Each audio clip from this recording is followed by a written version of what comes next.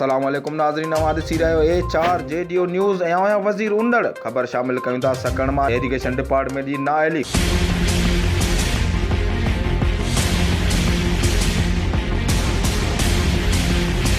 ख़बर मूजिब रीण शाख में इरिगेशन डिपार्टमेंट पारां हद खां वधीक पाणी छॾण सबबि ॻोठ ॿोचांडी उनड़ भरिसां शाख खे हंधा हंधा घारा पइजी विया ऐं शाख जे मथां पाणी बव टाप थी वहण लॻो, जंहिं सबबि ज़मींदार मीर मोहम्मद उनड़ ऐं सिकंदर जाम उनड़ ऐं इर्द गिर्द में 6 एकड़ बीठल फसल पाणी हेठि अची वियो। जॾहिं त उन मौक़े ते पाकिस्तान तहरीक इंसाफ़ जे अॻुवाण ख़ालिद हुसैन रीण शाख ते पहुतो ऐं इरिगेशन डिपार्टमेंट खे ॼाण ॾिनी, पर आख़िरी इत्तलाउनि ताईं इरिगेशन डिपार्टमेंट जो को बि आला ऑफिसर रीण शाख ते न पहुतो। वधीक नुक़सान थियण जो अंदेशो। वधीक ख़बरनि अपडेट लाइ ॾिसंदा रहो HR JDO न्यूज़।